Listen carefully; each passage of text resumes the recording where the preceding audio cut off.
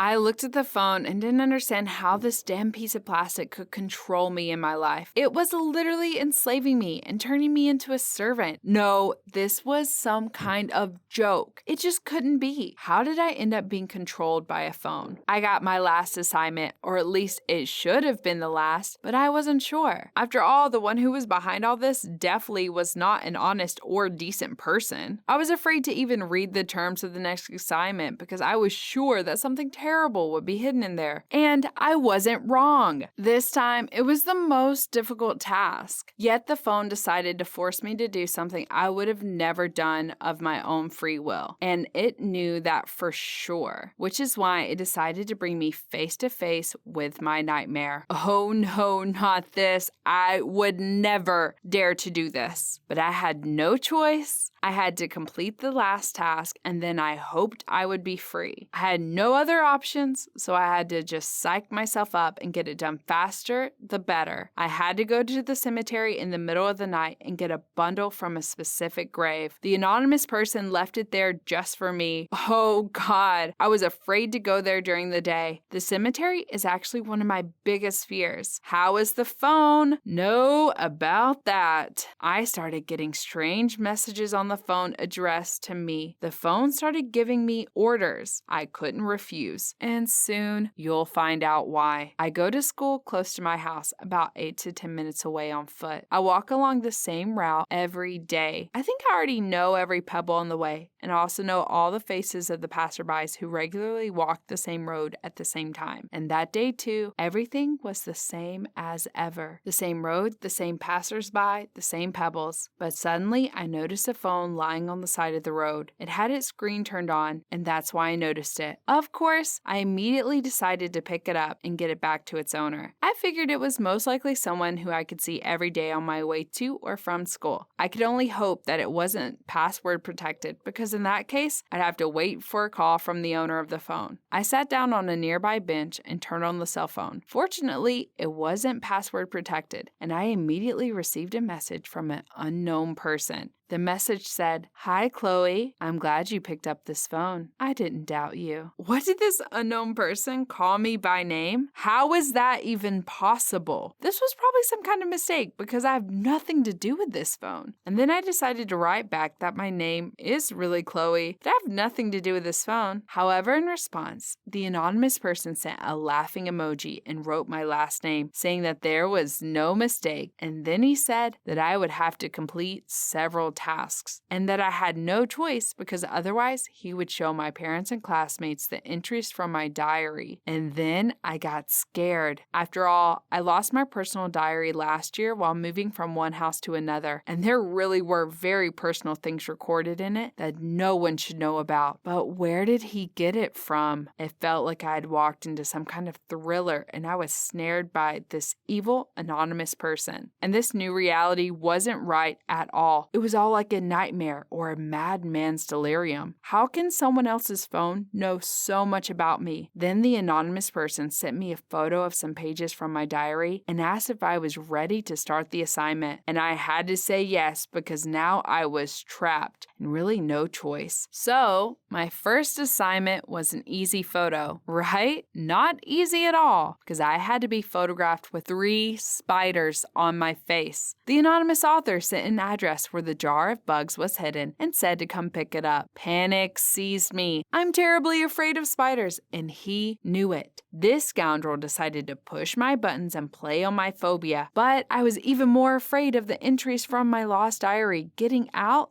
than of the spiders. So not believing what was happening, I walked to the place he told me to go. My legs were like jelly. It was very difficult for me to even touch the jar with the 3 spiders. My hands were shaking, and I was on the verge of passing out, but despite this, I forced myself to get them out and take a photo. I cried and screamed in horror, but I still put the spiders on my face and quickly took a photo. The task was complete, and I went home in tears. I was still scared, disgusted, and offended that I was being played by with some jerk. I was terrified as I thought about what task he had planned for me next. But he said that there would be 3 in total. And most importantly, I had absolutely no idea who might be hiding on the other side of the phone. After all, I didn't even know exactly when my diary disappeared and who had been next to me at the time. So the thought of who was hiding on the other side of the phone scared me. The next day, I received a new assignment. It said that I had to swim across one of the rivers in the city. It's not wide at all, but that doesn't really matter to me because I am insanely afraid of water. I don't even know if I can swim. I started having a panic attack and asked the anonymous person to replace his task with something else. I thought this was the worst possible thing he could ask. I was ready for anything, just not for this. But he was adamant and said that all the tasks were mandatory, and he knew for sure